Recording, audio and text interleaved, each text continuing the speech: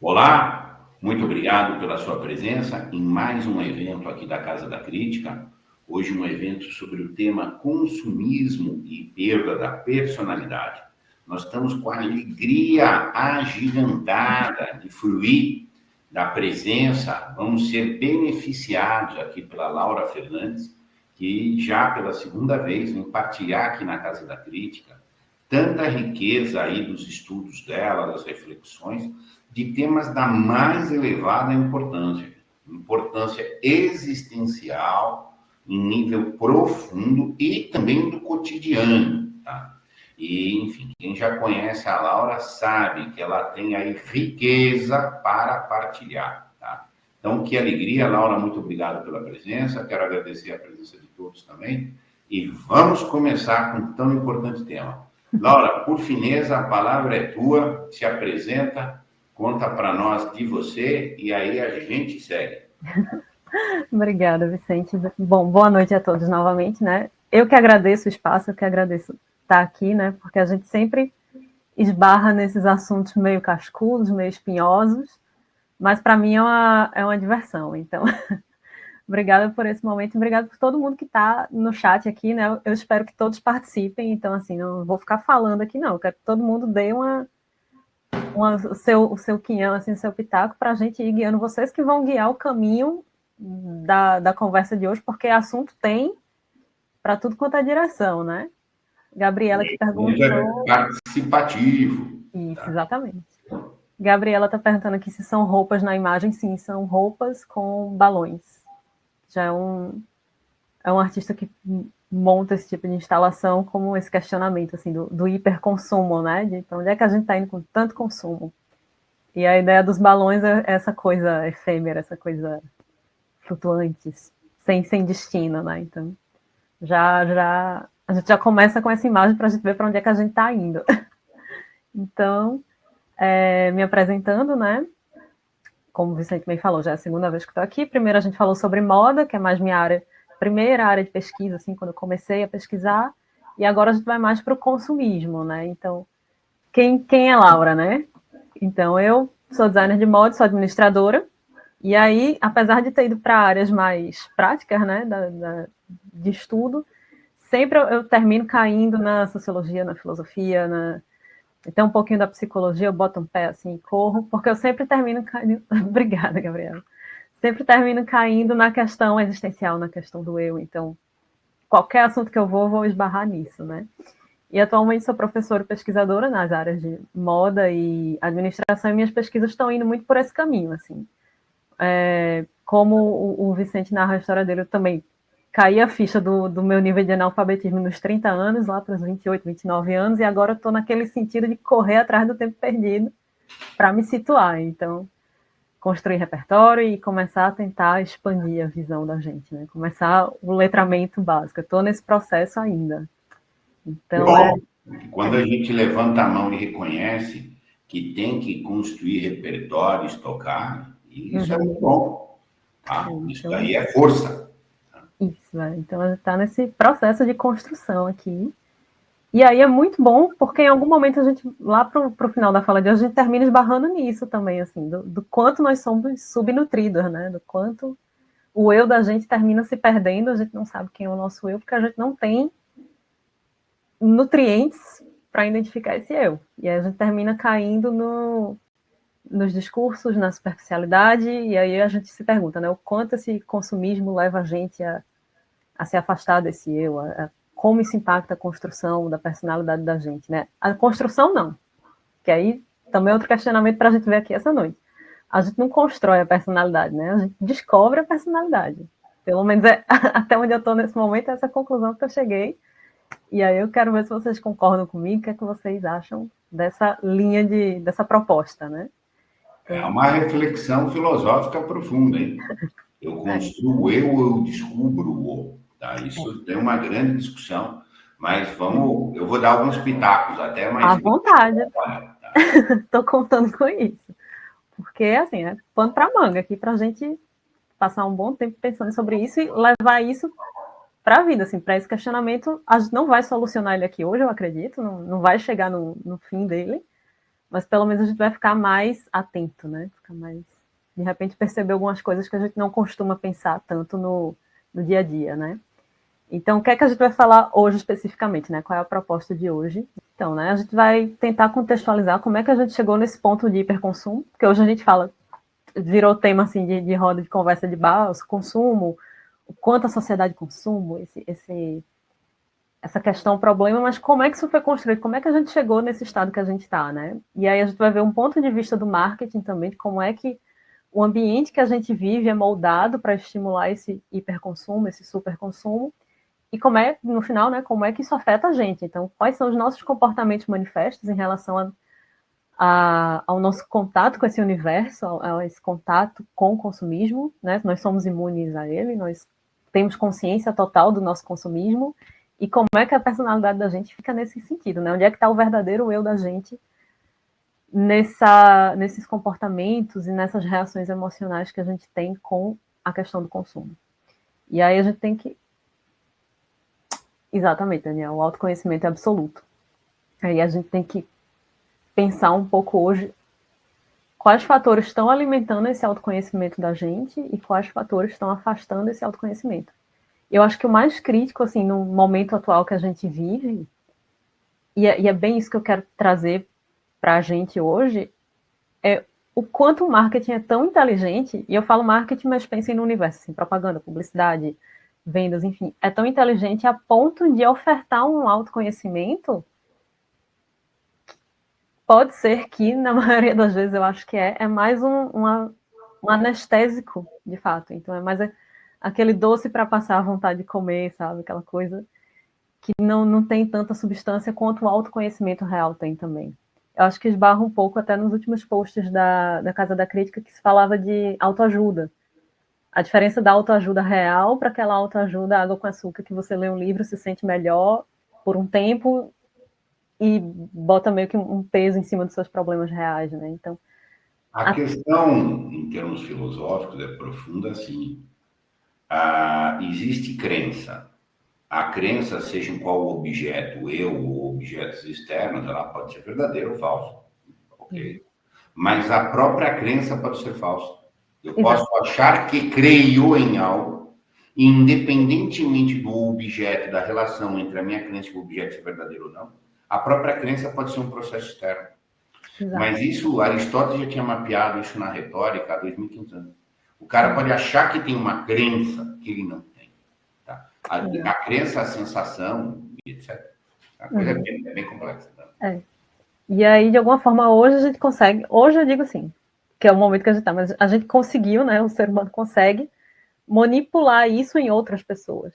Então, eu consigo fazer com que as pessoas achem que acreditam muito numa coisa que não tem identificação nenhuma com elas. O marketing é isso, assim.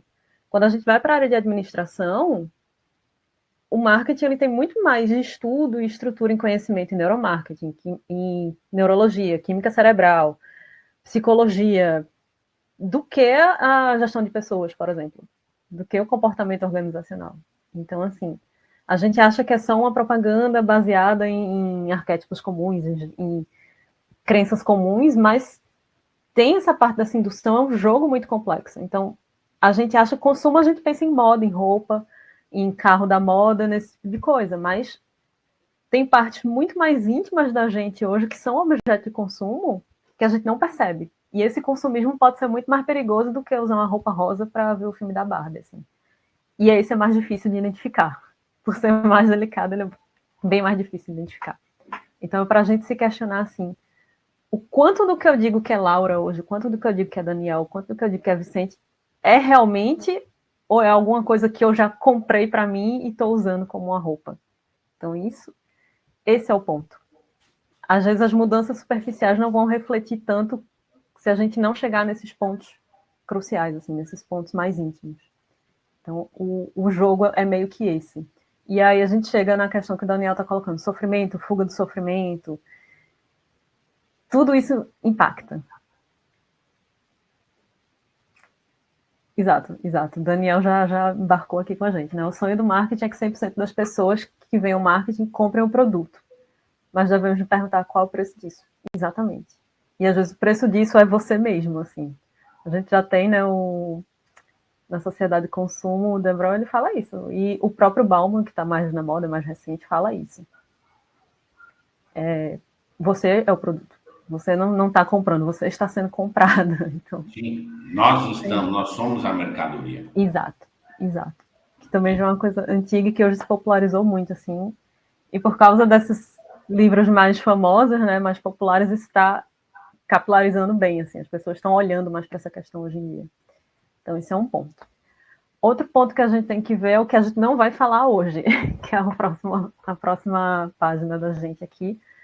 Algumas coisas que, quando a gente fala em consumo, a gente termina esbarrando também. Então, assim, algumas ilusões que a gente tem que quebrar. Até no meu livro eu falo isso, assim, uma das coisas que eu falo, não tem, então, na minha, que é Laura falando, não tem consumo consciente. Então, a gente não vai deixar de comprar os produtos de massa, você não vai deixar de ter vontade de ver o filme da Barbie, você não vai deixar de ter vontade de ver o filme do Indiana Jones, a gente não vai ficar imune à propaganda, não é? Tipo, estudei sobre consumo, agora eu sou imune a qualquer propaganda, agora eu posso andar, a publicidade não me atinge. Assim, não vai rolar. Não vai, não é assim. Então a gente tem um pouco mais de consciência, mas a gente nunca vai ter um consumo consciente. Consumo e consciência são coisas que não andam juntos, assim. Então, a gente pode até criar em alguns discursos, e principalmente em moda, a gente vê muito esse discurso, né? Não, vamos ser consumidores conscientes. Eu vou ter um consumo político, eu vou ter um consumo. Só de você dizer que seu consumo é político e que se alinha com determinada linha política, você sua personalidade ali já embarcou, você já virou mercadoria, você já foi comprado por uma linha de pensamento. Então a gente não vai deixar de consumir, nem ter uma grande mudança na nossa forma de consumo. A gente vai só refletir um pouco mais e olhar mais para a gente nesse processo, ter mais esse sentido observador nos nossos processos, nas nossas escolhas, e entender melhor como é que isso acontece, né? Como é que esses processos acontecem dentro da gente e como é que eles acontecem no mundo externo, assim, como é que eles são planejados para além da gente, como é que eles funcionam além da gente, né?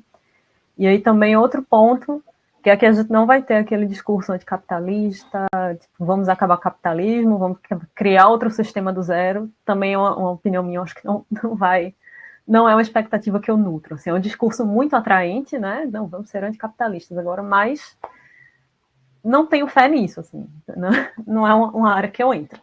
O que a gente, hoje a ideia da gente é tratar realidades, assim, que é a realidade nua e crua e como é que ela vai impactar a gente, como é que a gente vai navegar por ela, assim, ou pelo menos um fragmento da realidade da gente, né? Então, é muito mais por essa linha do que realmente fazer um levante aqui, né? Vamos ser anti-consumo, porque realmente ser anti-consumo para mim é ser anti-humano. A gente vive é impossível viver sem consumir algo. A questão é você não se consumir no processo. Aí é o ponto. Eu faço um paralelo que dizer que não há consumo seria matar não há desejo. Exato. O X do problema do desejo é assim, não deixe, se você deixou de desejar, é porque você está morto. Exato. Agora, entre não desejar e o desejo te matar, são coisas, existe um salto. Verdade. Verdade. Então, são esses apontamentos de hoje, né? E aí, para a gente vai começar olhando um pouquinho de como é que a gente chegou aqui, como é que a gente chegou nesse ponto, né? Que hiperconsumo já é uma coisa real, assim, era uma coisa suspeita de alguns filósofos e hoje em dia já é a realidade da gente, né? Então, só para a gente contextualizar, eu acho que a próxima tem uma linha do tempo, né? Tem aqui, né, o apelo do marketing, então a gente vai começar a falar um pouquinho do marketing, né? Então, qual é a jogada do marketing?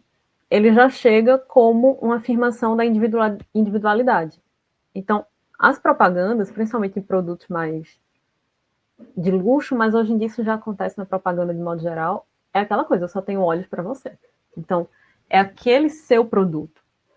O marketing ele constrói uma intimidade entre você e o produto, ou entre o produto e você. Então, a comunicação que a gente recebe todo o tempo é essa. E aí eu me identifico com essas coisas, isso tem que gerar uma identificação, um laço emocional comigo, que eu vou construir a minha identidade, a minha individualidade a partir do que eu estou consumindo. Então, a gente vê muito isso em discursos do tipo, minhas escolhas de compras são a expressão do meu eu, são a expressão da minha personalidade. Eu vou comprar tal produto porque ele tem a ver com a minha personalidade. E muitas vezes, já é o primeiro questionamento que eu jogo aqui para o chat, se alguém quiser contribuir, é a gente se perguntar friamente assim, eu estou comprando um determinado produto porque ele representa a minha personalidade ou ele é mais uma carta de intenções da personalidade que eu quero ter? Eu vejo a moça aí na propaganda da Dior e eu digo, poxa, eu queria ser essa moça. Então eu vou comprar esse perfume para me aproximar disso. Mas para mim mesmo eu digo, não, eu vou comprar porque tem tudo a ver comigo. Então, é essa construção dessa identificação, né? Tipo, Na verdade, é uma vontade de querer ser, né? Ou uma querer. dor de sentir que não é. Exato, Essa, exato. há uma questão aí. Você não pode falar em identidade sem falar de carência. E Exatamente. E a, eles. mais bruto do que uma busca é a dor da carência. Exatamente, exatamente. E aí o marketing é a propaganda, de fato, assim, a área da propaganda é especializada nisso. A gente tinha aquela coisa, a gente identifica necessidades e demandas, mas na verdade a gente identifica hoje as carências, as dores das pessoas. Quando você vai fazer um curso de marketing digital, por exemplo, a palavra que eles usam é essa. Você vai identificar a dor do seu cliente e você vai oferecer um remédio para essa dor. Se esse remédio é um remédio de fato, é um placebo, é interessante o quê? Que o meu cliente venha sempre comprar o mesmo remédio comigo 500 vezes do que eu dar um remédio que vai ser a cura definitiva para ele. Então, é Você isso. conhece o conceito de ethos da filosofia de Aristóteles ou não? Olha, eu conheço das aulas da faculdade, assim, mas dizer que eu aprofundei, que eu super li. Ethos é um conceito de Aristóteles da retórica, em que ele diz o primeiro elemento da retórica é o ethos. O ethos é você mostrar, parafraseando o ethos, só tenho olhos para você, igual você colocou aí. O retor tem que chegar a um lugar em que cada qual as pessoas. É para mim que ele está falando. É a minha dor que ele entende. Ponto. A Exato. partir daí, a grande etapa daí fica mais fácil. Se você cumprir o ethos, eu sei você, mas é um eu aí, enfim. Então você vê que antes do marketing existir como disciplina, você já tinha uma ideia desse conceito. Tá? Uhum. O cara quer ser. Exato. Exato. E é essa satisfação que não vem. E não vai vir. Não vem, não vem. Simplesmente não vem. Mas a gente não tem consciência que ela não vai vir, a gente fica desesperadamente procurando alguma coisa para sanar isso. Assim, Então, como me permita um comentário, e a essa já vontade. é uma crítica também, do desejo. Uhum. Você realiza o desejo e você não fica satisfeito. Não fica. Não fica. Você pode ficar satisfeito 10 minutos. E não vem. Então, assim, mas continua querendo desejar. Exato. E aí a gente vai ver que o que é o hiperconsumo? É Posso acelera. seguir? Pode seguir. O hiperconsumo é justamente a aceleração dessa dor, a aceleração desse desejo. Então a gente vai encurtando o efeito do placebo, a gente vai encurtando o efeito dessa droguinha, assim, para cada vez a gente consumir mais, em menos tempo. Que é o interessante para manter essa roda sempre girando. Então, essa coisa do consumo consciente, tá? Isso não vai acontecer. Isso é mais uma. É outra droguinha para dizer, não, você está consumindo consciente, então você pode continuar consumindo. Não pense muito sobre isso, né? Você já tem aí seus princípios bem fundamentados. Então, tem isso. E aí eu trouxe essa linha do tempo daqui, que é do Lipovetsky, né? Que ele é um dos autores que usa muito o termo hiperconsumo, que é um salto que a gente tem no século XX, né? Quando a gente fala em esse aumento do consumo, essa coisa, ela é possível por quê? Porque hoje a gente consegue produzir o suficiente para estimular esse hiperconsumo. A gente não tem mais escassez. A gente tem a sensação de escassez, mas escassez não tem. E a gente pode ter uma distribuição desigual, mas escassez não é um problema da humanidade hoje, pelo menos por hora. E aí o que é que a gente tinha? Início do século XX a gente consegue produzir mais, produzir em massa, né? A gente tem esses saltos tecnológicos, que eu não vou aprofundar aqui, mas só para a gente ter uma noção. E aí, nos anos 50, anos 60, o que era o consumo? O consumo era quase uma atividade coletiva. Então você tinha os bens coletivos, você tinha o telefone da família, o carro da família, a televisão da casa. Lá pelos anos 70, anos 80, a gente já precisa empurrar esse consumo mais para frente. Então, você não vai ter um telefone na casa que vai funcionar durante 20 anos, e aí você vai quebrar e vai trocar outro. Você vai ter que ter um telefone por pessoa. Você vai ter que ter um carro por pessoa. Às vezes a família tem 3 pessoas, tem 3 carros na garagem. Às vezes, se for em São Paulo, tem 5 carros, que é por causa do rodízio. Então, você começa a ter essa personalização dos bens de consumo, desses produtos de consumo. Então, isso é uma coisa relativamente recente, assim, a gente está falando dos anos 70 para cá, dos anos 80 para cá. O grande boom é anos 80, assim. E até se a gente olhar para a propaganda, nos anos 50, anos 60, a propaganda era de apresentação e como se fosse assim, sanando a necessidade. Então, como era uma propaganda de máquina de lavar? Tinha uma foto da máquina de lavar e dizia, isto é uma máquina de lavar. Você vai usar assim, ela vai consumir tantos litros d'água, você vai ter tais processos e aí ela funciona de tal maneira. Ela funciona por eletricidade, ela vai funcionar por tantas horas e tal. Dos anos 80 para cá, a propaganda já não fala mais do produto. Você vê uma propaganda de telefone, ele não vai falar como você pode usar o telefone. A propaganda vai dizer o telefone é lindo e só pessoas lindas usam esse telefone. E se você usar, você também vai ser linda. Você não tem mais uma propaganda que vai lhe falar como a sua geladeira vai funcionar. Ela vai dizer que a geladeira vai poupar tempo, ela vai ser ecológica, então já lhe seduz ali no discurso do eu sou uma boa pessoa, eu tenho valores e já vai te atacando seus valores.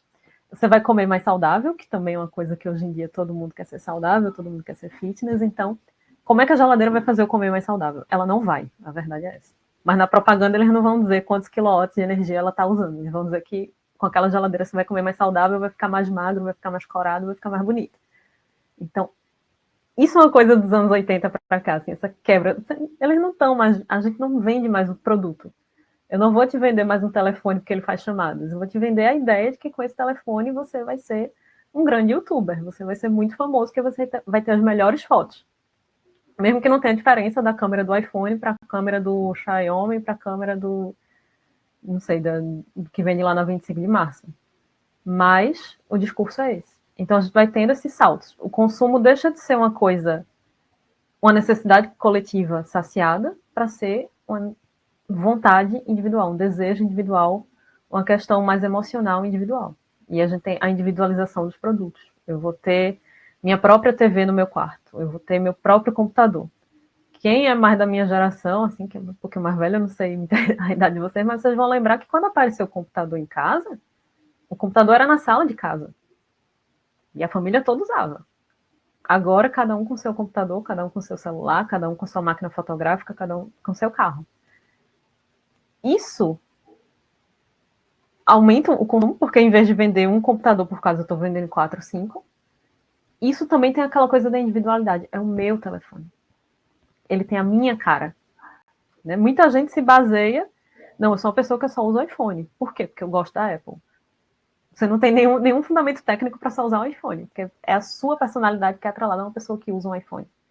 Se eu usar um Samsung, meu Deus, eu não quero nem que me vejam com Samsung, porque eu vou ser um outcast, assim, eu vou ser o cachorro sarnento, porque todo mundo que é legal usa um iPhone, por que eu vou usar um Samsung? Eu vou ficar fora. Toda blogueira tira foto no espelho com um iPhone, ou bota lá o tweet no Twitter postado pelo meu iPhone. Eu não vou postar do Android, e-mail enviado pelo meu Android. Não vou. Então você tem essa construção. Isso é muito forte. Isso é muito forte. E quando a gente pensa numa geração que já nasceu neste contexto, para eles é ainda pior sair dessa. A gente ainda consegue ter, a gente que é um pouquinho mais velho assim, ainda não pegou muito essa fase. Beleza, mas quem hoje está com 14, 15 anos, eles não tiveram nem chance. Sim, tiveram nem cogita a situação. Não tem, é. Mas eu peguei a fase do uísque. Dependendo do teu padrão, qual uísque você consome? A partir do uísque que o cara consumisse, você está tomando White Horse, você está tomando Jack Daniels, você está no Blue, no Label e tal. E, enfim, mas um comentário pitoresco, assim, para pôr aqui também. Uhum. Eu lembro que quando eu fazia catecismo, aula de catecismo, e falava que não devia ter mais de uma televisão em casa, porque mais de uma televisão em casa era coisa de egoísmo. Quando for ver televisão, tem que ver a família Ah, mas então cada um assiste um programa, isso é um sinal de um egoísmo, como uma coisa mesquinha. É. Você vê, enfim. Como mudou, né? O salto que deu. Mas é isso. A gente pulou muito rápido dessa coisa coletiva para a coisa super individual.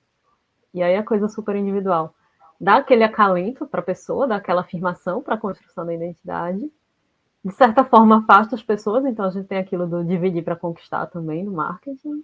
Então, tem isso. E tem também a questão de consumo ser acelerado, muito acelerado. Porque se a minha identidade, se a minha individualidade, se o meu eu é baseado nisso, eu não. Quando um produto, tecnologia isso é mais rápido, ou a própria moda, quando isso avança e eu fico preso com um produto antigo, com uma imagem antiga, com a referência antiga, meu eu está sendo deixado para trás. Então eu estou sendo inferiorizado por isso. E eu não quero, eu quero ser o primeiro, eu quero ser o primeiro a ter, eu quero ser o primeiro a mostrar que eu tenho, eu quero ser o melhor possível. É como se o seu valor pessoal ficasse naqueles produtos que você tem. Então, isso é muito crítico. E isso é muito patológico, assim. Claro. Mas é a realidade da gente. Infelizmente, é a realidade da gente. Assim, a gente chegou nesse ponto. Mas, ó, você usou uma expressão aqui que eu quero comentar, que é bastante rica. Escassez é diferente de sensação de escassez. Em alguns trabalhos que eu faço aqui sobre maturidade, eu falo que existe carência objetiva, que no caso é essa escassez. Existe a carência subjetiva, que é a sensação de escassez. Eu posso ter coisas até abundantes e achar que não tem. Exato. Mas o que liga essa sensação de não ter é uma ilusão. Na verdade, não é. Não é que você não tem, você é pouco. E há uma carência de ser aí, mais do que uma carência de ter. Tá? E isso é muito sério. Isso é um ponto central no meu trabalho sobre maturação. Tá? Que incrível. Enfim, vamos para o próximo? Vamos para o próximo, que eu já estou aqui. Se me deixar falando aqui, a gente vai passar 3, 4 horas aqui. Tem que ir cortando. Oxalá pudesse. Oxalá tem que ir me não houvesse finitude de tempo. Então tem que ir podando aqui. Então, trouxe essa definição do marketing aqui, essas abordagens do marketing, só para a gente se situar no tempo, né? Isso aqui é do Kotler, são os trabalhos do Kotler, que é o pai do marketing. Assim, você está na faculdade de administração, de publicidade, propaganda e marketing, você vai ver esse Kotler. Então, como é que a gente pode ver essa divisão do marketing ao longo do tempo, né? A gente tem o que eles chamam de marketing 1.0 e o marketing 2.0, que são mais aqueles que eu descrevi lá nos anos 60, anos 50, por ali. Que eles vão dizer, olha, você tem necessidade de lavar roupas. A gente tem aqui uma máquina de lavar roupas que ela economiza água, você vai colocar a roupa nela, vai fechar, vai deixar tanto tempo. Ele vai te instruindo como usar os produtos. E ele vai te oferecendo, e aí você escolhe o melhor produto ou não. O produto é o centro. Eu tenho esse produto, eu sou uma empresa, eu tenho produto XYZ, eu vou dizer as características dele para os interessados virem pegar. Até aí tudo bem, né? E aí tem 500 mil empresas fazendo o mesmo produto que eu. Não está resolvendo só dizer o que é que ele faz. Precisamos evoluir isso. A gente já tem o marketing 2.0, que aí eu tiro o foco. E vejam o passo que a gente está dando. Eu não estou vendendo um produto. Eu estou conversando com as pessoas. Aqui a gente muda o foco para o cliente. Então, toda aquela luz que estava no produto vem para cima do cliente, vem para cima da pessoa. Então, é você. Só tenho olhos para você. Então, eu começo a querer criar laços emocionais com o produto. Eu já começo a tirar, eu não vou propagandear o carro, a bicicleta, o telefone, o computador. Eu vou falar com a pessoa, eu vou captar, vou lançar uma rede para puxar aquelas pessoas que vão estar emocionalmente ligadas a esse produto. Então, a gente já tem uma mudança grande. Então, a gente já sai do marketing de ser uma coisa comercial, do setor comercial, do setor de vendas das empresas, a gente começa a mergulhar o marketing nas questões de pesquisa de psicologia, pesquisa de antropologia, a gente começa a buscar nessas outras fontes insumos para que a gente tenha os nossos planos de marketing, os nossos planos de publicidade e propaganda, as campanhas que a gente faz. Já foi um salto. Está vendendo uma pseudo-satisfação psíquica. Né? Exato. Não é mais uma coisa. Exato. E aí a coisa vai degringolando. A gente já pode passar para o próximo, que eu vou passar mais rapidinho para a gente. Antes eu já trago esse daqui, é um poema de Carlos Drummond de Andrade, que assim, não é minha leitura favorita, mas eu acho esse poema maravilhoso, porque é um poema relativamente antigo, e ele já traz algumas coisas. Não é um poema completo, porque não, ele é um pouco extenso para a gente ler aqui, mas eu trago alguns trechos dele ao longo da apresentação, né? Então ele já fala. Em minha calça está grudado um nome que não é meu de batismo ou de cartório, é um nome estranho. Meu blusão traz um lembrete de bebida que jamais pus na boca nesta vida. Em minha camiseta, a marca de cigarro que não fumo, até hoje não fumei. Minhas meias falam de produto que nunca experimentei, mas são comunicados aos meus pés. Então, assim, já é um fruto do marketing. Você já vê que você já vai se cobrindo de coisas que não são você, que não tem um vínculo com você, de fato, mas por alguma razão estão lá. Então, a gente já tem esse estranhamento. Isso foi uma coisa que eu vi muito na faculdade de moda, assim. O quanto de marca a gente vai se cobrindo, não, porque se eu usar a marca X, a logo X, o desenho X, isso vai me colocar em determinado grupo, isso vai me colocar em determinada classe, não digo nem classe, mas eu digo realmente uma bolha, e se eu fugir e colocar outra marca, eu já estou sendo excluída dessa bolha, eu já estou em outra, já... O que é que está sendo comunicado para mim e o que é que eu estou comunicando para fora? Então, assim, Carlos Drummond de Andrade é século XX, assim, né? Eu falo século XX como se fosse muito tempo atrás, né? Mas, assim, não é uma coisa escrita ontem, mas poderia ter sido escrita ontem, poderia ter sido uma pessoa que escreveu isso ontem. Então, essa reflexão do início do marketing, assim, o quanto ele já atingia as pessoas, né? Mas esses caras da década de 20, do século passado, eles já estavam assombrados com a rapidez das coisas. Existia uma coisa, um progresso está chegando. Eles Muito estavam rápido. impressionados com o telefone. Alguém podia chegar uma notícia aqui que tem guerra não sei aonde no dia, em 10 minutos. Eles já existia uma ocupação de alguns filósofos, está rápida demais a vida.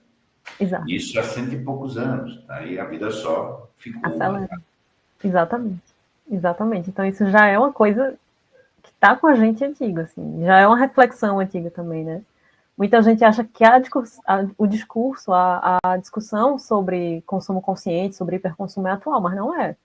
Tanto que a maioria das referências que eu trouxe aqui, que são relativamente recentes, são dos anos 80, anos 90, anos 60. Então isso já era uma coisa, assim, a gente está popularizando agora. Então, seguindo, né, podemos passar, a gente tem as outras fases, né? A gente tem o marketing 3.0, que aí é quando começa a coisa a ficar mais pesada, drogas mais pesadas. Isso aqui já estamos lá 2010, nos anos 2000, vamos colocar assim, até 2010, que é um marketing baseado em valores. Então, a gente tem um salto. A gente tinha o marketing do produto, o marketing da pessoa, do indivíduo, do laço individual e emocional, e agora a gente tem o marketing baseado no bem-estar coletivo. A gente se pergunta o que é esse bem-estar coletivo, né? E aí, se vocês pensarem, início dos anos 2000, 2010, o que é que a gente tem? Sustentabilidade. Então, consumo sustentável, consumo consciente. Isso tudo é um marketing valorativo para um bem-estar coletivo. Então, se você é uma boa pessoa, se você é uma pessoa virtuosa, você vai se preocupar com essas questões. Se você é uma pessoa virtuosa, você vai se preocupar em consumir uma marca que lança menos carbono na camada de ozônio. Você vai se preocupar com o derretimento das calotas polares. Então, além da questão do indivíduo, da satisfação emocional, aquela coisinha íntima, assim, eu vou usar esse produto porque eu gosto muito dele, porque ele tem uma textura muito macia. Vou comprar esse tecido porque ele tem uma textura muito macia. Você começa a dizer, não, eu vou comprar essa blusa aqui que tem essa marca, porque essa marca não testa em animais, ela salva os animais da extinção, e aí, obviamente, eu sou uma pessoa muito boa porque eu estou usando isso. Você não precisa ter nenhuma ação prática além de comprar um produto para dizer que você está associado com determinada virtude, com determinado valor. É um apelo muito maior. Porque se você chegar na sala, quem aqui não quer ser uma boa pessoa? Ninguém vai dizer. Todo mundo vai dizer, eu quero ser uma boa pessoa, eu sou uma ótima pessoa. E aí, poder afirmar isso apenas comprando coisas, quem não quer? Eu não preciso ser uma boa pessoa. Tá, é um esquema de manipulação de um orgulho, de uma jactância. Eu sou do bem. Eu sou do bem. E quem não é daqui, quem não consome isso daqui é o malvadão. É malvadão. Exatamente. Exatamente. Então, eu vou comprar esse carro porque ele polui menos. Porque eu vou comprar um carro elétrico agora da Tesla, independente de onde é que veio as crianças lá na África minerando o material para fazer as baterias, mas eu vou comprar porque ele é elétrico, ele polui menos, então logo eu sou uma pessoa melhor. Você que está dirigindo um carro a gasolina, você é mal, você não se importa, sabe?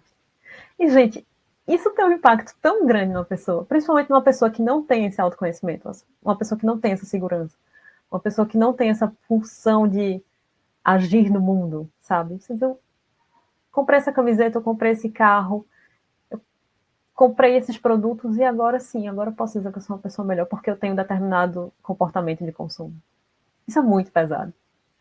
Engraçado que isso é vendido no marketing como uma coisa muito boa. Eu tenho aqui esse livro Marketing 3.0 do Kotler, e ele fala como se fosse uma coisa linda, que, assim, estamos indo ao encontro dos valores das pessoas, sabe? Tipo, não está indo ao encontro, você está construindo pseudo-valores, pseudo-virtudes para as pessoas, mas aí a gente não vê isso, a gente vê como se realmente a gente estivesse estimulando o melhor dos seres humanos.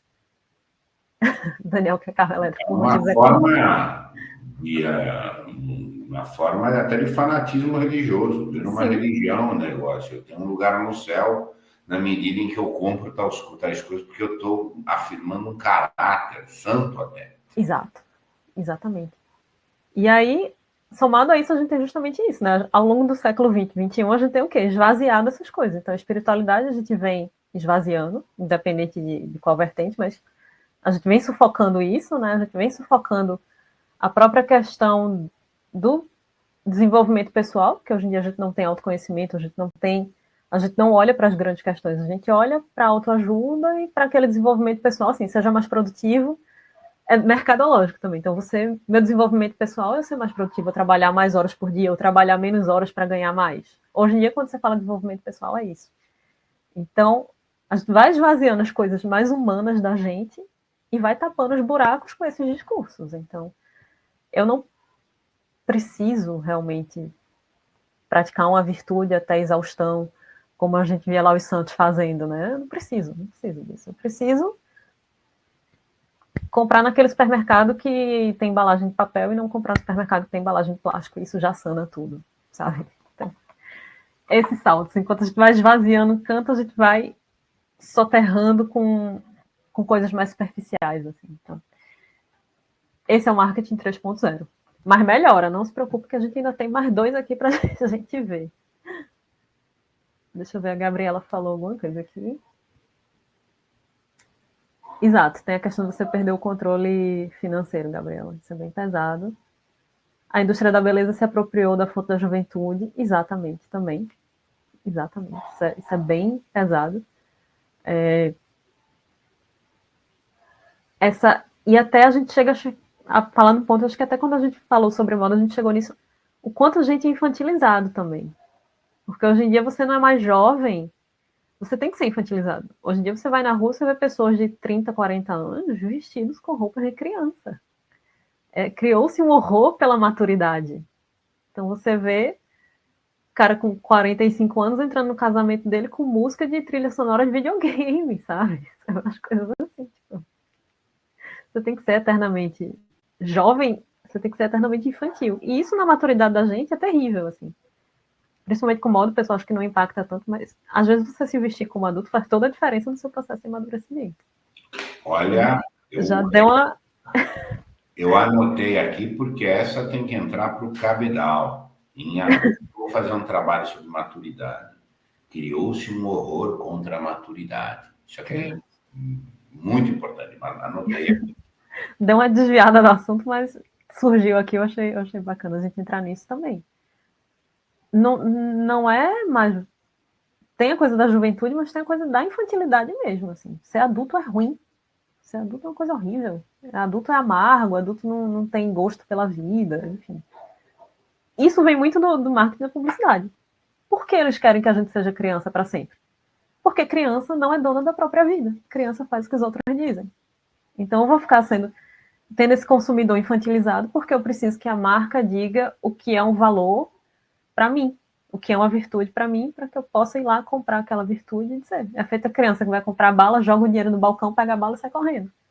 Essa é a relação da gente. Então a gente não tem outra coisa. Eu falei da espiritualidade, provavelmente vou ser cancelada hoje, mas também a família. A gente minou a família E agora, quem é que me orienta? Não são meus pais, não são meus familiares, não são as pessoas mais velhas, não são meus professores. Quem me orienta é o marketing. Então, ele é que me diz o que é certo e o que é errado. Ele é que vai me dizer o que é bacana e o que não é bacana. Ele que vai me dizer que o filme tal que está no cinema eu tenho que ver porque ele é feminista e essencialmente bom porque ele é feminista, porque ele critica determinado grupo e ele é essencialmente bom por isso, e eu não posso ver o outro filme porque ele critica um grupo oposto. Então, tal coisa é má, tal coisa é boa, e aí a mídia, o marketing estão me dizendo isso para que eu não precise escolher, para que eu tenha essa definição prévia. Então, quanto mais infantilizado a gente for, melhor para a propaganda, melhor para o marketing. Quanto menos contato com a nossa família, quanto menos aquele consumo de assistir televisão com a família, de compartilhar os livros com a família, de um mexer no celular do outro, melhor. Melhor. Do ponto de vista do marketing, é melhor. Né? Vocês entendam aqui que eu estou falando melhor do ponto de vista das empresas. Né? E aí a gente chega no marketing 4.0. Né, que é o marketing de conteúdo, que aí a gente vê o marketing voltado à experiência. Então vejam como a gente vai abstraindo, como a gente vai desmaterializando isso. Eu fui do produto para a pessoa, para os valores, e agora aquela experiência daquele momento. Eu não vou montar a venda de um produto, eu vou montar a venda da experiência daquele produto. A gente chega num ponto que o produto é praticamente irrelevante, assim, eu vou montar aquela satisfação, aquele momento de prazer, aquele momento de... Não chega a ser uma satisfação, porque nunca é uma satisfação completa. Mas é aquele gostinho bom naquele momento. Eu vou criar, eu vou estruturar essa dimensão, essa experiência. E aí o cliente vai voltar para mim para ter outras experiências semelhantes. Que nunca vão ser semelhantes, porque é justamente como você usar uma droga. Na primeira vez que você usa, você tem aquela coisa incrível, assim, você tem aquele impacto gigantesco. Depois, nas próximas vezes, você vai buscar aquilo novamente, já não vai ser do mesmo jeito. E aí você continua voltando para tentar reproduzir aquele primeiro contato, aquela primeira experiência que foi incrível. E aí, somado a isso, a gente tem o quê? Com a tecnologia que a gente tem hoje, eu tenho o rastreio dos dados, eu tenho Big Data, eu sei exatamente... Todo mundo aqui, eu suponho, né? A gente está na internet, então todo mundo tem rede social, todo mundo recebeu o link para o WhatsApp, todo mundo deve ter um Instagram, todo mundo tem um smartphone. Então, ali eu já estou deixando todos os meus rastros. Que tipo de experiência, quais são minhas dores, quais são minhas carências, o que é que eu quero passar, o que é que eu tenho interesse em mostrar para o mundo, o que é que eu tenho interesse em ver escondido. E aí, isso vai dando insumos para que essas experiências sejam modeladas e sejam postas à prova, sabe? Sendo postas à prova, sendo postas a... Vamos dizer...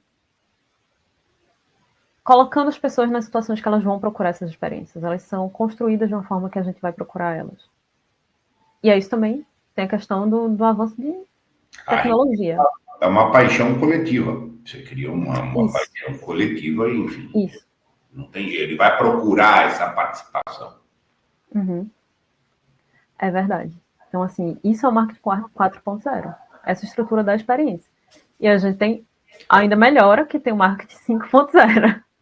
Mas tem um comentário aqui da Hélia, eu passo com isso também, dizendo que quando vai preencher coisa, pergunta de enfermeiro, as perguntas são feitas de maneira infantil, idiotizada, faz até mimimi, até o linguajarzinho. É infantilizado, é infantilizado. É. Gente, eu não tô conseguindo, eu tô vendo agora que tem um monte de mensagem, mas eu não tô conseguindo ver, que eu fico devagando aqui. Mas assim, vamos seguindo, vai respondendo no cabo, inclusive Tá. deixa eu deixar um comentário aqui, no cabo a gente sintetiza, eu estou anotando perguntas aqui, a gente vai sintetizar. Perfeito, perfeito, então vamos lá, vamos seguir agora que ainda tem o marketing 5.0, que é essa palavra, eu não aguento mais essa palavra, que acho que foi a palavra de 2022 e está sendo a palavra de 2023, que é a narrativa. Então, a gente vai construir narrativas. Então, não vai ser mais a experiência pontual, aquela experiência que eu gostei, eu volto lá para repetir. Vai ser uma história, vai ser a que mais se usa hoje, principalmente para marketing digital, é a jornada do herói. Então, o cliente ele vai na jornada do herói. Então, vou planejar essa jornada do usuário, a jornada do cliente. E aí não é mais uma experiência, é a narrativa de uma história emocional para esse cliente, para esse grupo de clientes. E aí a coisa é muito pessoal. Quando o profissional está escrevendo isso, ele está escrevendo assim, para um grupo de pessoas. Né? Então, mas quando você recebe isso do seu lugar de cliente, é você, é a sua história, a sua jornada. Então, eu vou usar tal produto porque eu sou o herói, eu sou o protagonista da minha história. Eu sou, sabe, isso vai resolver os meus problemas, assim. A partir do momento que eu me comportar de tal forma, que eu mergulhar no universo, no cenário desse produto, eu vou estar narrando a minha história, eu vou estar superando meus problemas, eu vou ser um vitorioso de alguma forma. Eu vou completar essa jornada. Isso é muito apelativo. Isso é extremamente apelativo. Porque você tem um caminho ridiculamente fácil para uma questão extremamente complexa, que é a sua jornada, que é quem você é, que é a construção do seu eu, ou a descoberta do seu eu. Nesse caso aqui, a gente vai construir o meu eu. Né? Tem um filme relativamente antigo, que é o Fahrenheit 4... Esqueci completamente o nome. 458, alguma coisa assim. É 451, mas não sei se é 451, enfim. Que aí, no filme, eles têm uma cena muito boa, que é a esposa do protagonista sentada em frente à televisão, e a televisão fala com ela. E aí, ela faz parte daquela trama da novela. Então, os atores estão encenando lá uma peça, uma novela, um filme, e eles viram e dizem, não é Ana. E aí ela responde. A televisão está falando diretamente com ela. Ela faz parte daquela história. Sendo que ela não se dá conta que aquele dia eles estão falando com todas as Anas do país, com todas as Anas do mundo, mas naquele momento ele está falando com ela. E é isso meio que a gente vive hoje. Assim. É sua história, você está contando a sua história, você está sendo protagonista da sua história. Façam uma experiência aqui, principalmente quem fala inglês, vá no YouTube e coloque ser protagonista da minha história. Tem tutoriais de meninas de 20, de 15 anos lhe ensinando como viver. E aí você vai ver os vídeos assim, como viver como protagonista de um filme do estúdio Ghibli. Como viver como protagonista de um romance de Jane Austen. Seja o protagonista da sua história vitoriana. Tem tutoriais para isso. Então, assim, essa é a era que a gente está. Esse é o estado das coisas que a gente está vivendo hoje. A rigor é uma dissonância cognitiva, isso. Demais. Demais.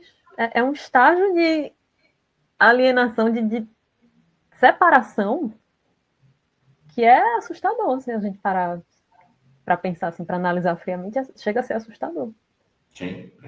Diferente de você viver uma fantasia, eu fui no parque de diversões ver fantasia com os personagens.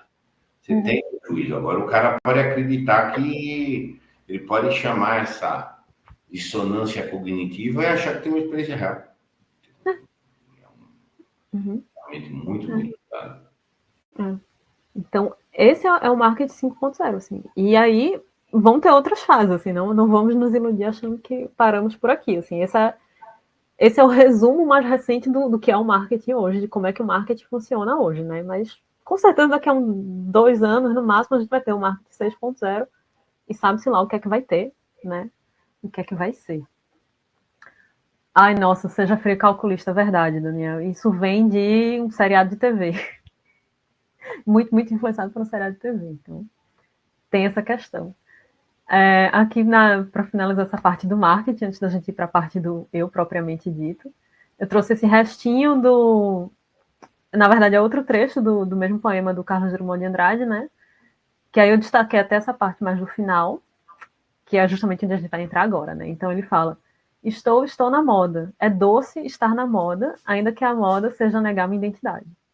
Então, assim, eu acho que isso já fala muito da gente, né?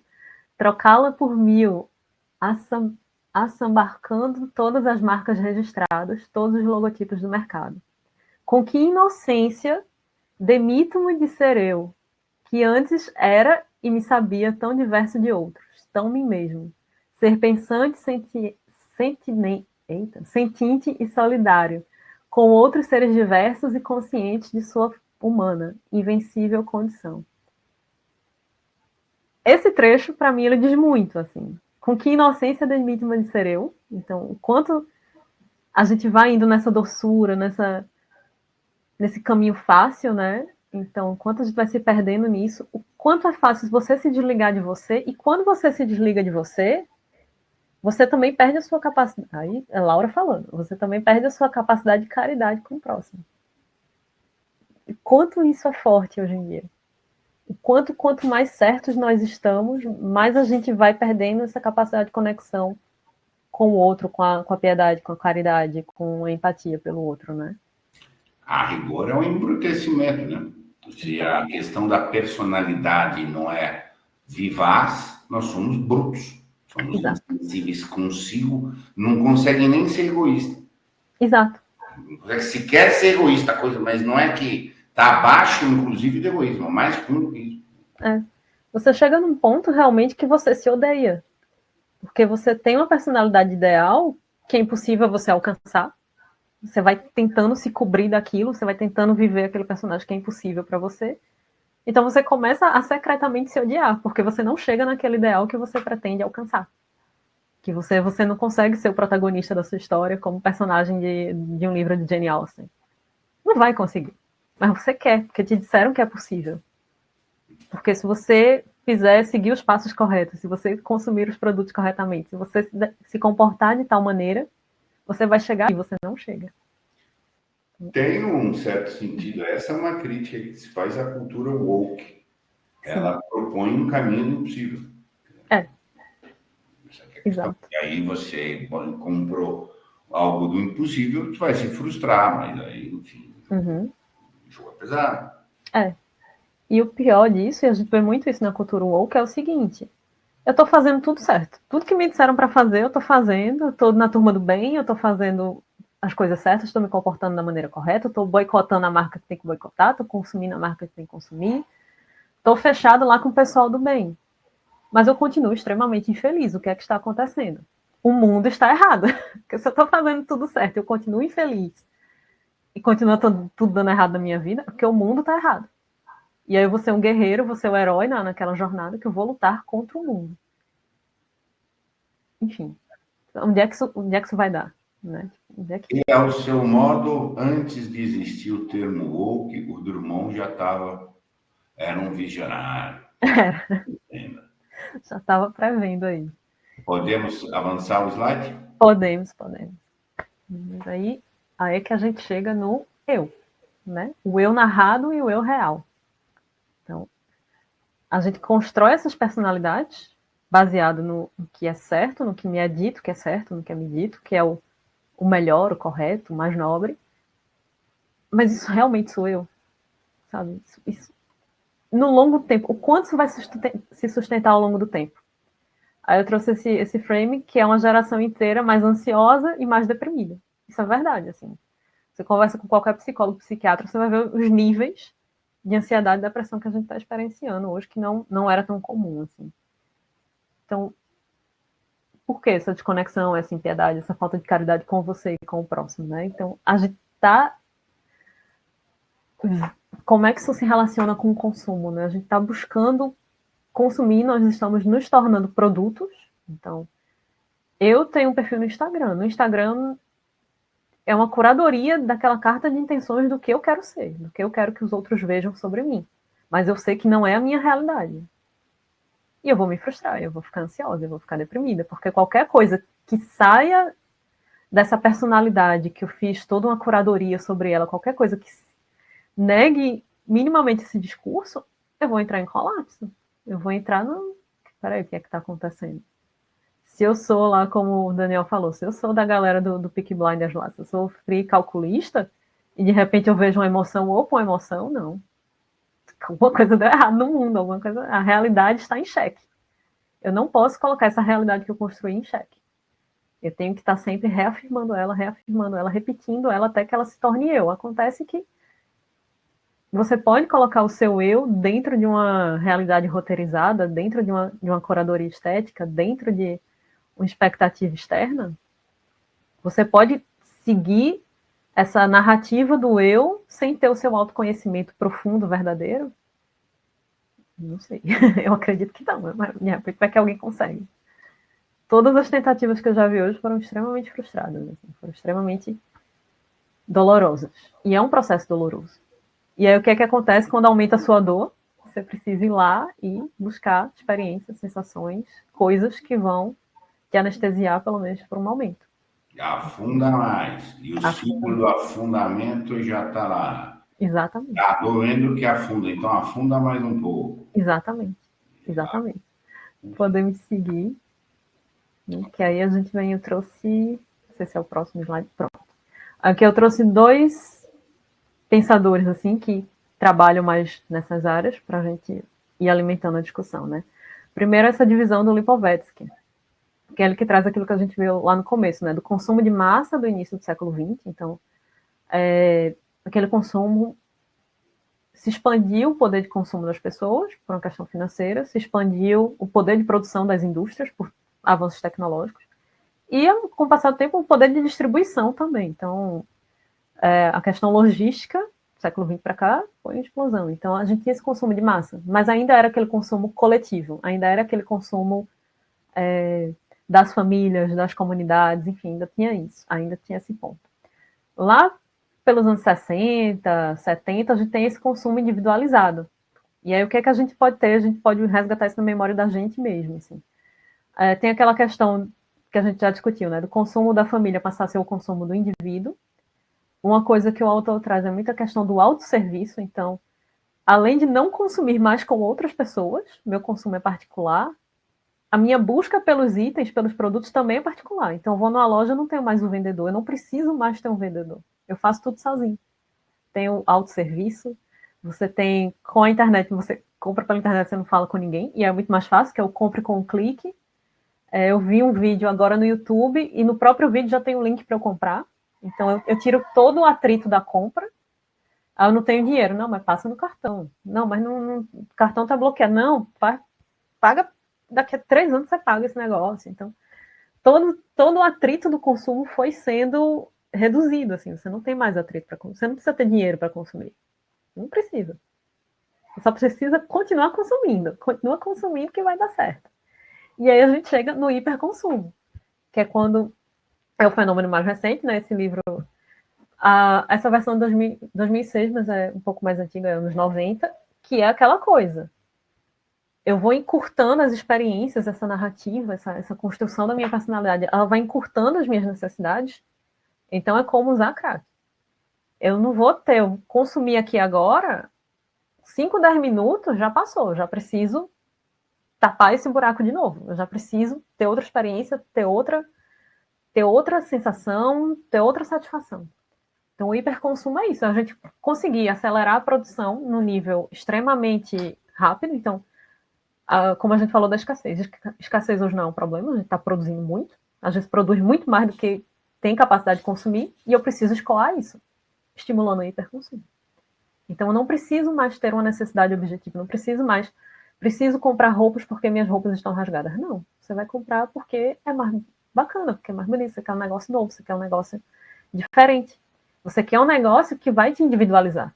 Então, eu vou comprar essa blusa, preciso comprar uma blusa? Não, mas ela é a minha cara. Ela tem uma frase que é a minha cara, foi feita para mim. Sabe? Aí você diz, eu vou usar essa blusa no evento tal, porque fulano vai ver, ele vai, enfim, sabe? Você começa a ter isso. Eu não precisava ter uma meia com desenho de porquinho, mas eu gosto de porquinhos. Porquinhos são a minha cara, é rosa. A rosa é a minha cor. Rosa é a minha cor. Então, é isso. Assim, esse hiperconsumo é esse estímulo. E aí isso pode escalar ainda para outros tipos de consumo, que eu não consigo nem imaginar para onde é que vai, mas pode escalar com tranquilidade. É isso, assim. E aí a gente tem outro, né, que eu trouxe o Debord, que esse é mais conhecido, que ele fala, um livro dele é de 97, mas na verdade é bem mais antigo, acho que é de 60, 70 também essa ideia dele, que a gente vai passando de estágios, né, a gente vai passando do ser, então eu sou Laura, e eu sou Laura e tá tudo bem, tô tranquila sendo Laura.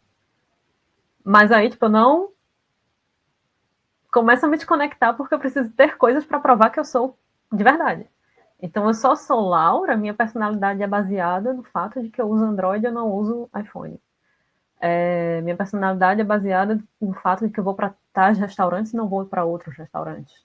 Eu começo a ter coisas para provar que eu sou eu. Preciso ter a minha carteira de identidade lá assinada, provando que eu sou eu. E aí, quando ele fala da sociedade do espetáculo, né, que é o livro dele, Eita, não vai sair.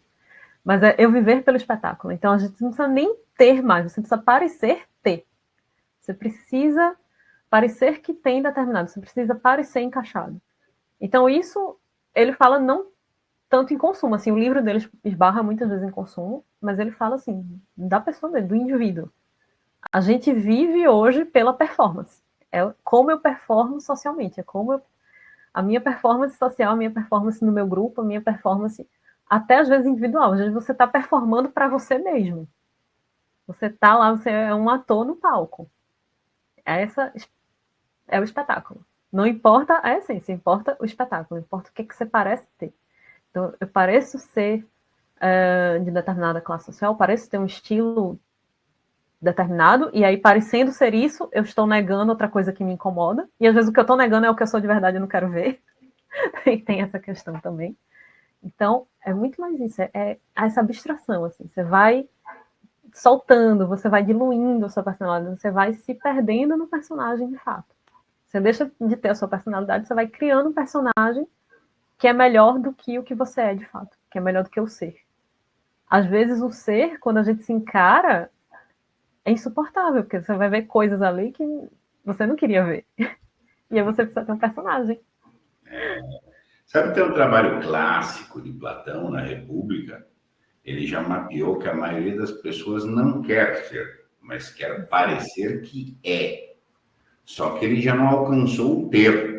Ele falava das virtudes, ele não falava da posse, do bem, da fruição. Esses conceitos ele não tinha. Tá? Mas, enfim, o fundamento é grande. E uma coisa que tem que ser registrada. Performar para si, tá? É uma das maiores misérias humanas, mas enfim. Exato. Tá? Exatamente.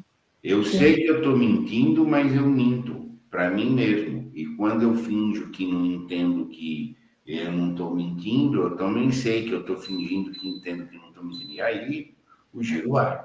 E aí você se odeia. E aí você achar que vai passar por isso e não vai ter uma implosão psíquica existencial, é outra mentira. Outra mentira, exatamente. Então é uma teia, assim, é uma areia movediça e a gente vai lá se afundando nessa areia movediça, assim. E é uma coisa que ninguém está imune, assim. Ninguém está imune a isso.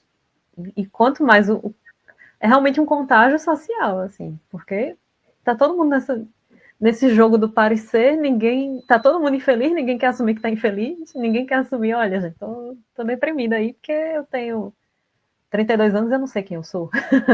ninguém vai chegar isso na mesa do bar para dizer isso. Então, tem isso, a gente tem esse adoecimento geral. Não estou dizendo que é exclusivamente disso, né? Não vamos dizer isso, mas isso conta muito para o indivíduo e para os grupos e para a sociedade de modo geral. Então, a gente tem essa questão muito forte, né? Tem o próprio Bauman, quando ele fala lá da sociedade de consumo, tudo isso, que vai... No fundo, todos eles meio que chegam nessa conclusão, assim, que Platão já previa, esse parecer, essa performance, essa coisa. Né? A gente tem... Aqui no Brasil, eu descobri recentemente, né, uma psiquiatra, Ana Beatriz Barbosa, que ela tem um livro, né, Mentes Consumistas, que ela fala sobre o consumismo patológico, sobre a compulsão por consumo, e é o único livro dessa autora que ela esbarra em espiritualidade.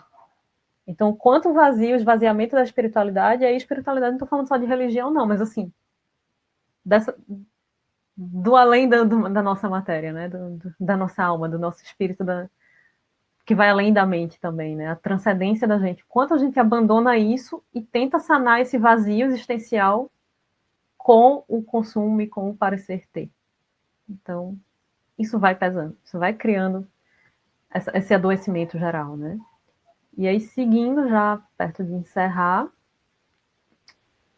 uma citação do próprio Debord, que ele fala: o espetáculo constitui o modelo atual da vida dominante na sociedade. Então, é o nosso padrão, é a realidade que a gente está. Deste livro, Gabriela, é o Sociedade do Espetáculo. O da Ana Beatriz é Mentes Consumistas, ou Mentes Consumidoras.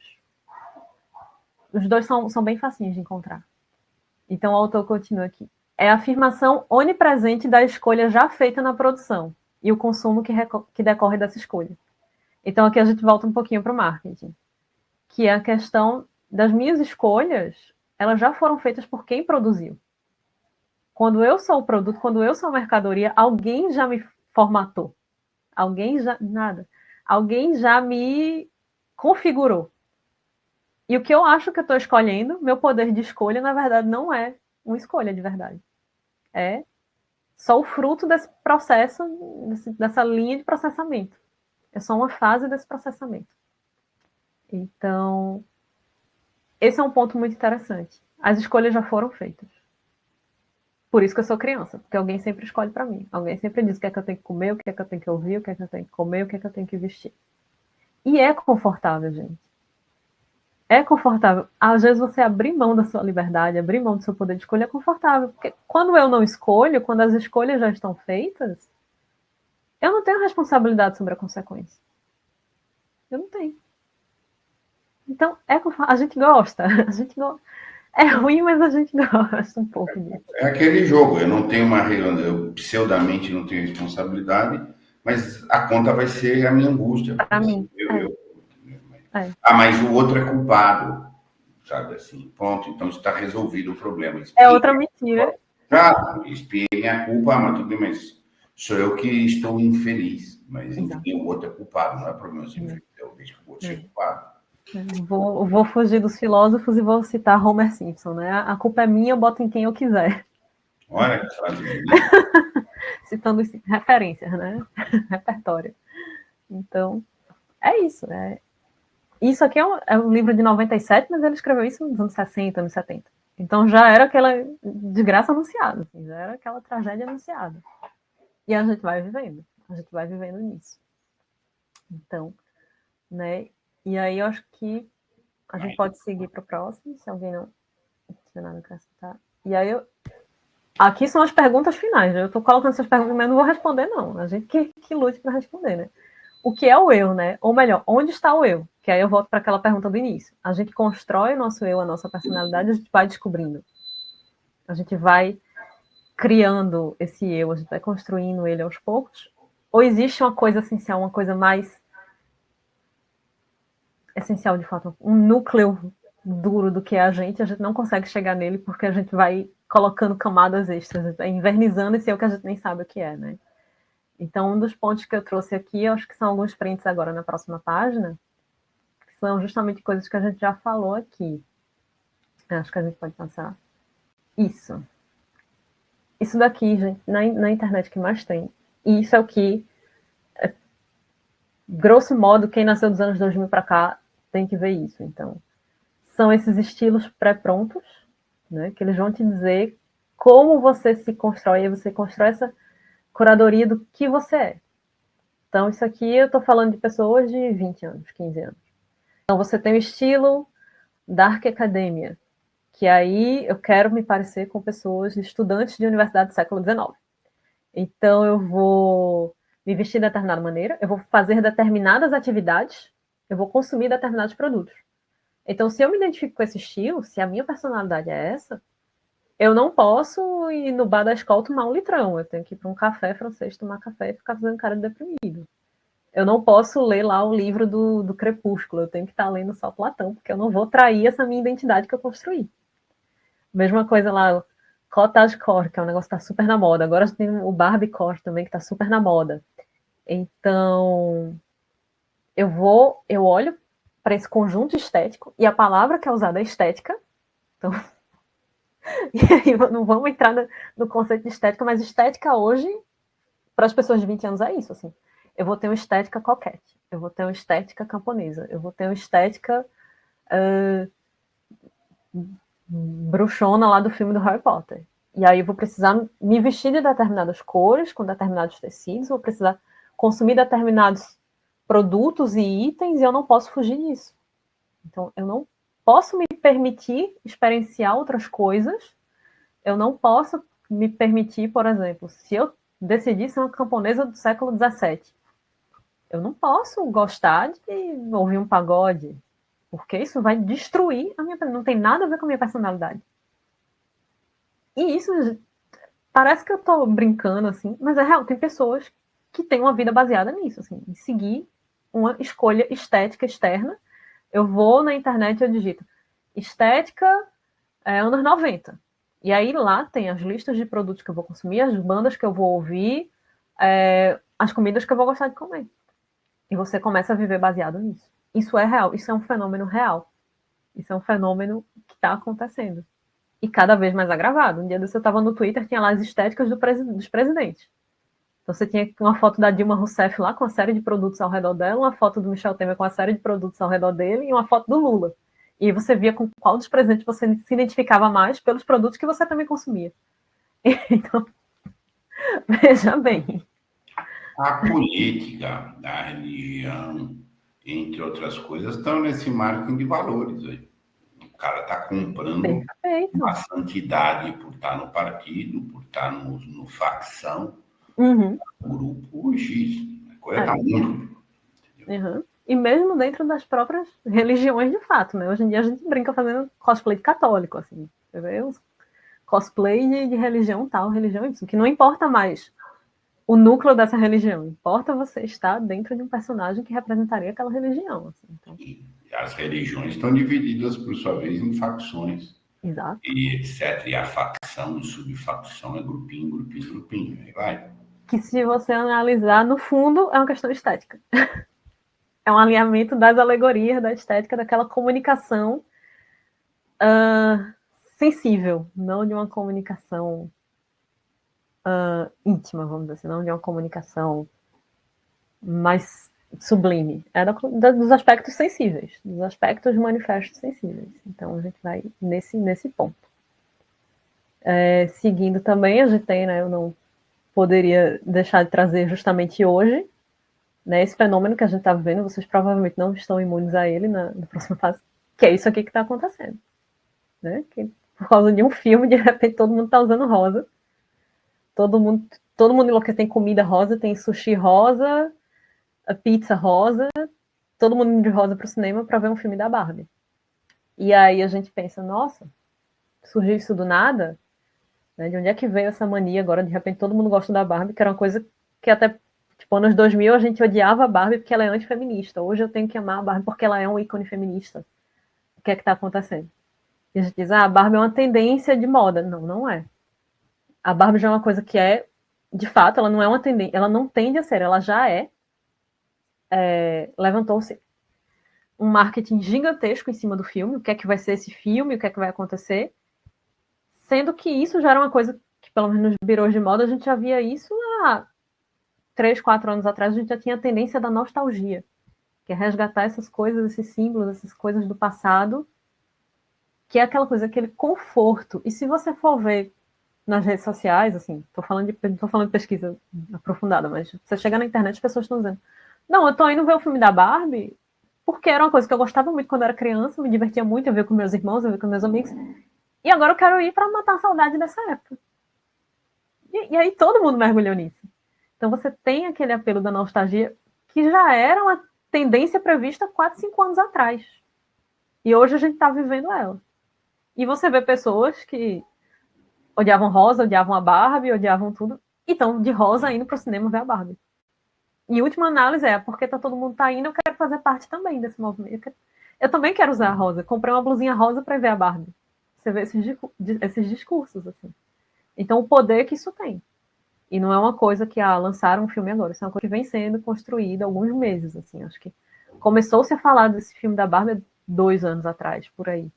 E você vai saltando aos pouquinhos, ao ponto que a gente está vivendo hoje, que é o histeria da Barbie, praticamente. É um surto da Barbie. Tá bem pequenininho. A cultura de consumo estimula um vazio existencial, pois a satisfação momentânea obtida com a compra de produtos ou com a busca por novas experiências tende a ser efêmera.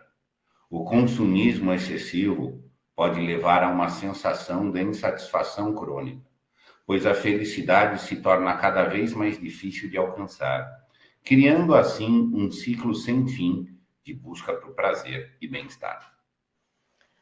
Pronto, isso é meio que o resumo da ópera, né, que eu coloquei aqui. E aí a gente começa aí nos comos e porquês desse hiperconsumo que a gente vive, né? Porque é aquilo, ele vai aumentando esse vazio, essa carência existencial da gente, e ao mesmo tempo que aumenta esse vazio, não permite que a gente supra ele. Porque a gente sempre fica buscando solucionar isso pelo próprio consumo. Então não chega. E aí eu trouxe essa imagem de uma pessoa anoréxica, subnutrida, porque é bem isso, assim, a gente vai... É como uma pessoa subnutrida que de repente quer estabelecer a saúde comendo só miojo e McDonald's, assim. Não vai. Não vai, assim. Passei É o subnutrido porque come demais. Porcaria. também. Exatamente. Que também é uma questão, né? Então, você vai alimentando essa sua carência. Em vez de diminuir esse vazio, você vai aumentando ele, você vai aumentando até chegar no nível que nem esse consumo, hiperconsumo, vai satisfazer. E aí a grande questão é para onde é que a gente vai a partir disso, né? Então, para onde é que a gente vai? E quais são os mecanismos disso, né? No próximo slide eu tentei colocar um resumo do que a gente viu, né? Que é assim, o que é esse momento, esse clima que a gente vive? A gente aprende que a resposta está fora de mim, então eu vou sempre buscar algo que me falta fora de mim, né? Eu preciso seguir uma resposta certa que me é posta, então alguém já me disse qual é o certo, eu já estou configurado, eu já estou modelado para saber o que é o certo. Se eu não seguir corretamente essa resposta certa, eu vou ter algum tipo de retaliação, seja uma retaliação social, seja a minha própria frustração, seja a minha própria falta de recurso para lidar com essa frustração. E aí eu preciso estar com a minha personalidade sempre atualizada. Eu preciso ir mudando a minha personalidade de acordo, eu preciso ir construindo esse personagem, essa personalidade, de acordo com o que me é posto. Essa é a pegada da gente hoje em dia, assim, né? Que é agravada hoje em dia, não é que isso aconteceu agora, mas é a forma como a gente vem criando essa relação com o consumo, com o ato de consumir. É a forma como a gente tem desenvolvido isso. Né? E aí, no final, só um resumozinho que a gente pode... Eu proponho essa consideração na próxima página, que é a questão da insatisfação, a individualidade com a conformidade. Né? Então, hoje, nesse cenário de hiperconsumo, para gente que vive esse hiperconsumo, e eu falo pra gente mesmo, que aqui a gente não tá imune, só porque a gente tá falando sobre isso, a gente não tá imune a isso, assim, em algum momento tem alguma coisa que é nosso foco de hiperconsumo. Quanto mais individualizada eu me sinto, na verdade, é a minha maior conformidade com... Então, a minha proposta, que segue um pouco a linha do que o próprio Lipovetsky fala e tal, que é quanto mais eu luto para me individualizar, quanto mais eu luto para ser o eu mesmo, na verdade, mais eu tô caindo em conformidade com o que me é posto de forma externa. Isso é uma tragédia. Eu considero uma tragédia. É uma tragédia, porque na verdade está no esquema de manipulação. Você Exato. faz uma afirmação falsa, que é o famoso giro em falso. Tá? Exatamente. Exatamente. E aí, né, eu trouxe na próxima uma coisa que foi até uma lâmina da nossa conversa sobre moda, que é um anúncio das lojas Renner, né? Na próxima página que eles falam, né? Todas as tendências você só encontra aqui. Então, as tendências são o quê? São coisas. Tendências são leituras do comportamento futuro das pessoas. Então, você tem um monte de gente muito bem preparada, muito munida de tecnologia, de ferramentas e de estudo, que vai chegar lá e vai dizer, acho que daqui a 4 anos as pessoas vão tender a querer mais determinado tipo de coisa. Acho que as carências serão estas. Então, isso já é posto. Alguém já mapeou as suas carências do futuro, que você nem imagina que você vai ter, mas alguém já sabe que você vai ter. Por N ferramentas tecnológicas e de estudos psicológicos e de estudos comportamentais e tudo isso. Então, a estrutura para isso, estudo para isso a gente tem muito.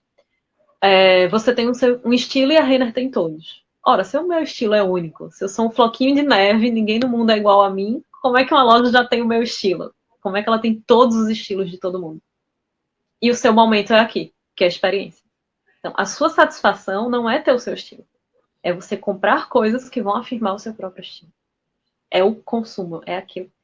Hoje em dia não é nem o consumo do uso, é o consumo do ter, do ir lá e ter e comprar. E o seu ter é o seu ser. Então, aí eu Na trago... verdade, é aquela coisa meio profecia autorrealizada, né? Vai ser assim, as pessoas vão demandar tais coisas, tá? Mas meio por quê? Porque eu também vou criar essas carências. Exato. Mas como meio que já se sabe que tais carências vão ser criadas, então elas são criadas. O profeta que faz, ó, eu profetizo o que eu vou fazer, você tá entendendo? E eu vou lá e faço, sabe? Aquela coisa meio, enfim. Né? Exatamente. Exatamente. E aí, só para finalizar, eu trago uma ilustração. Que hoje eu tô na salada, né? Hoje eu trouxe Carlos Drummond de Andrade, distopias e Simpson, enfim. Mas aí essa ilustração é do Admirável Mundo Novo, do Aldous Huxley, que eles têm lá uma distopia que fala de um possível futuro, né? Um futuro ateu, hipersexualizado, focado nas sensações sensíveis. Então, como é que as pessoas são controladas por esse governo distópico? Porque elas não conhecem escassez, elas são supridas de tudo pelo Estado, no caso desse livro. E quando elas estão mal, porque elas não conseguem ver nenhum sentido na existência delas, porque elas não têm nada além do que a satisfação física, elas têm uma droga chamada soma, que é a droga da felicidade. Então, quando você começa a olhar ao seu redor e dizer, opa, tem alguma coisa errada aqui, tem alguma coisa que não está encaixando. Não tem problema, você coloca um comprimido na boca que tá tudo certo. E aí, eu encerro hoje com uma pergunta, né? O hiperconsumo não seria justamente essa droguinha que a gente coloca assim para dizer, opa, tem alguma coisa errada comigo. Vou ali, consumo alguma coisa e volta, tá tudo certo, tudo nos eixos. Né? Então, é assim que eu estou encerrando hoje aqui, pelo menos essa parte de apresentação de conteúdo, de apresentação da proposta da discussão da gente, né? Seria que a gente chegou nesse admirável mundo Está novo. fechando com chave de ouro, tá? Assim, esse esclarecimento da migração do marketing 1.0 até onde se chegou é seríssimo. Essa questão, assim, para entender a questão da narrativa, etc. É importante essa retrospectiva, tá? Eu vou tirar os slides e a gente vai para o bate-papo. Tá? Perfeito.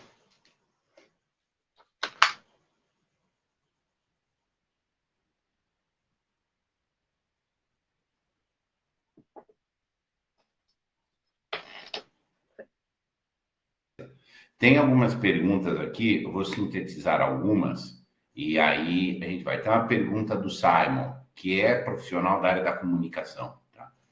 Boa noite. Pode-se dizer que o marketing atual se baseia na promoção e exploração do tripé desejo da carne, desejo dos olhos e ostentação dos meios de vida da pessoa? Obrigado, Laura e Vicente, pelo comentário do Simon. Tripé, desejo da carne, desejo dos olhos e ostentação dos meios de vida.